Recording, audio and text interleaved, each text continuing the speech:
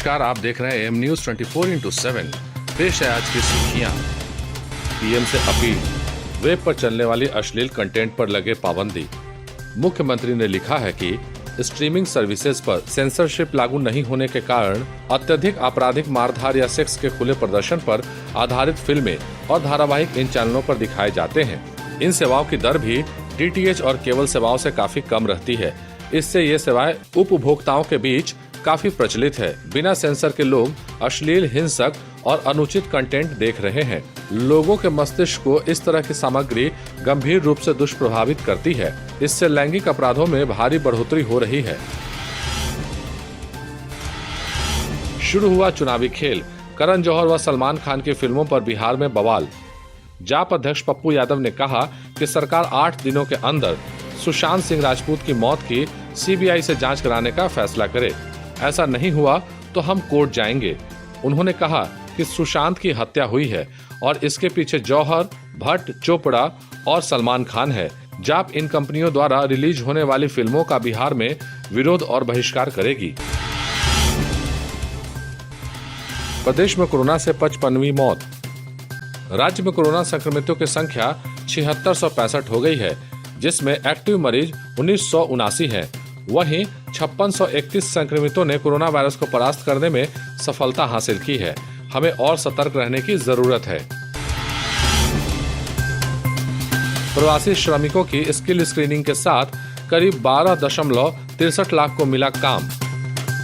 श्रमिकों को स्थानीय स्तर पर रोजगार मुहैया कराने के लिए राज्य के 13 सरकारी विभाग 4,66,000 स्कीम चला रहे हैं। इसमें सिर्फ मनरेगा योजनाओं के जरिए राज्य में औसतन 9,82,272 श्रमिकों को हर दिन काम मिला है। अन्य 12 विभागों ने मिलकर 2,81,036 श्रमिकों को रोजाना काम दिया है। श्रमिकों की स्किल स्क्रीनिंग के हिसाब से उनके कौशल को प्राथमिकता दी जा रही है। हमसे सबसे नजदीक नेपाल, आज हमसे क्यों है दूर। आज फिर से चीन भारत पर हमलावर हो गया है।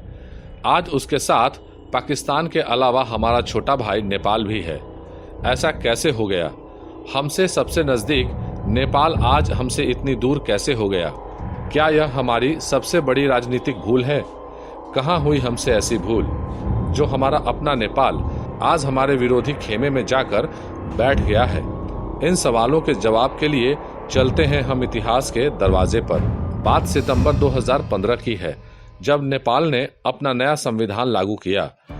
भारत नेपाल के इस नए संविधान से नाराज था। भारत को लग रहा था नेपाल ने नए संविधान में दक्षिणी नेपाल की तराई की पार्टियों की कई मांगों को अनसुना कर दिया है। इसी कारण भारत उन पार्टियों के साथ खड़ा हो गया, जिसका परिणाम सामने आया। नेपाल के खिलाफ अघोषित नाकाबंदी के रूप में, वह भी ऐसे वक्त में जब नेपाल को महज 4 महीने पहले बड़ा भूकंप आया था। हालांकि भारत लगातार इन आरोपों को खारिज करता रहा है। सीमाई इलाके तकरीबन 6 महीने तक बंद पड़े रहे। इस वजह से नेपाल में पेट्रोल, गैस समेत कई बेहद अहम आपूर्तियां बाधित हुई। उस वक्त भी नेपाल में ओली की अगुवाई वाली बहुपक्षीय सरकार थी, जिसने भारत की बजाय पेट्रोलियम समेत दूसरी आपूर्तियों के लिए चीन का सहारा लेना उचित समझा। चीन के साथ पूरी तरह से नई ट्रेड और ट्रांजिट डील कर ली।